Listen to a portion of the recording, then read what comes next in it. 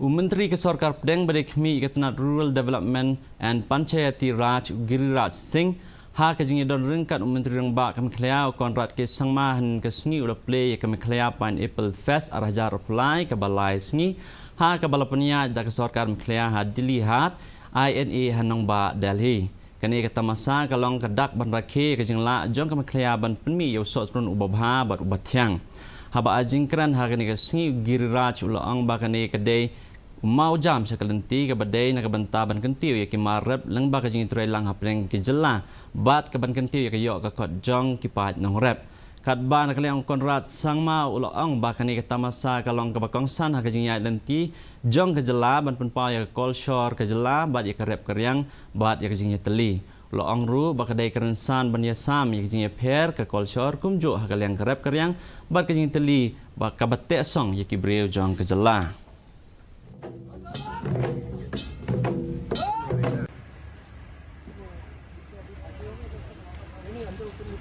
This is one step towards trying to really push the agenda for the farmers. Now we all know, I won't take much time, but we all know we almost produce about 1.4 lakh metric tons of pineapple every year. And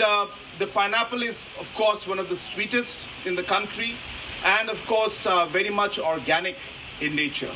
And hence, we have felt that there's a large market for this and our farmers are not able to reach out to those markets. So this step is really one of the small steps we're taking to give that accessibility, not just to our pineapple farmers, but to all the different farmers in our state.